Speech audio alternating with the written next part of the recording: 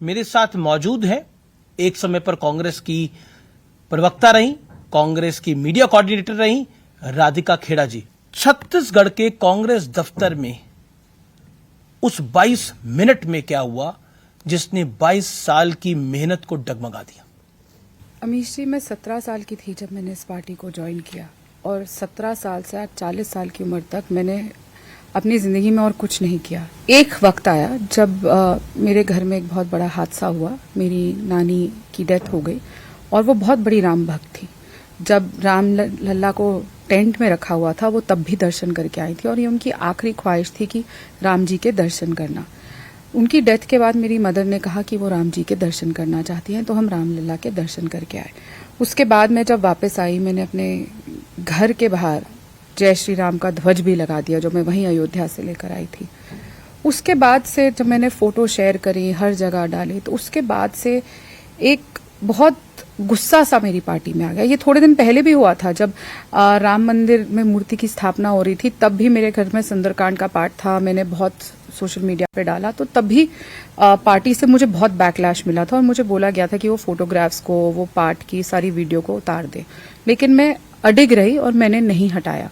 इस बात की सजा मुझे इस तरीके, ठीक है आपने मुझे डिबेट्स पे रोक दिया, आपने मुझे और काम देने से रोक दिया, आपने मुझे ऑफिस में जलील कर दिया, लेकिन उसके बाद एक ऐसा षड्यंत्र रचा जाएगा जिससे मेरे आप अस्तित्व को ललकारेंगे, मेरी इंटेग्रिटी को ललकारेंगे, ऐसा पार्टी करेगी मैंने कभी नहीं सोचा था।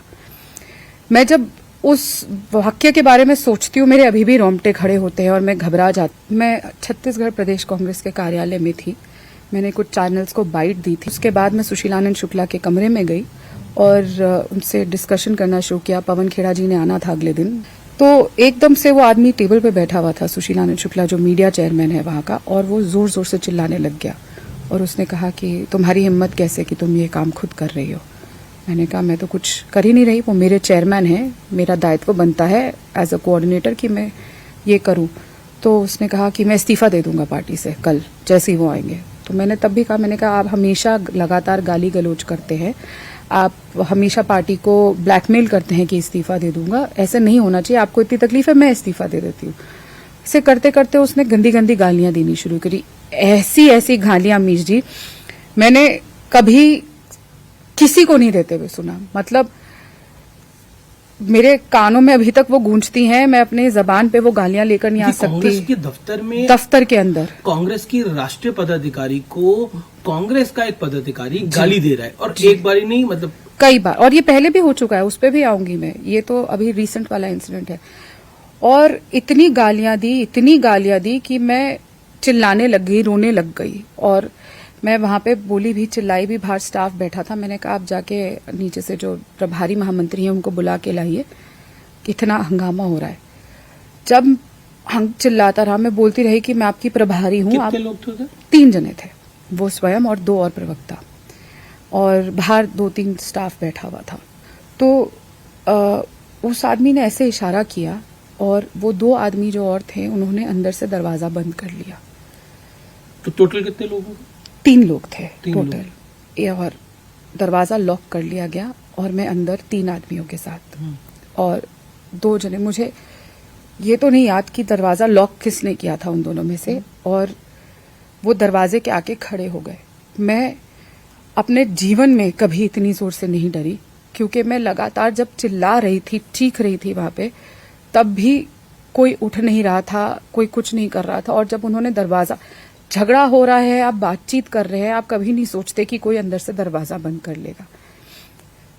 फिर जब मैं रोई, चिल्लाई, मुझे उस वक्त समझ ही नहीं आया मैं क्या करूं। मतलब मैं अभी भी सोचती हूं उसके बारे में तो मेरे पास शब्द नहीं रह जाते। और उसके बाद जब इतना कुछ हुआ, मेरे बिल्कुल ब्लैंक हो गई मैं, और फिर मैंने फोन उठाया और मैंने ऐसे उनके चेहरे पे फोन पकड़ लिया और कहा कि मैं फेसबुक पे लाइव कर रही हूँ। मैंने उनको ये भी कहा कि मैं फेसबुक पे लाइव कर रही हूँ। कैमरे की रिकॉर्डिंग चल रही थी, उनको दिख रहा था, पर मैंने उस वक्त बोला ये सब लाइव जा रहा है। तो वो थोड़ा सा डरे और इधर उधर हुए, लेकिन फिर भी उन लोगों ने मुझे बाहर नहीं जाने दिया। कमरा लॉक था जी, और मैं अंदर। मतलब कांग्रेस ऑफिस में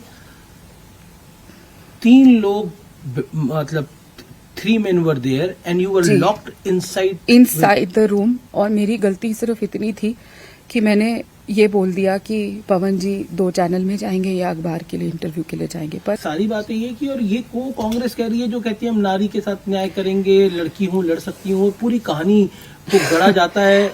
अमीश जी, न्याय की बात होती है ना, तो मैं आपको एक और बात बताती हूँ। राहुल गांधी जी की भारत जोड़ो न्याय यात्रा छत्तीसगढ़ से गुजरते हुए गई।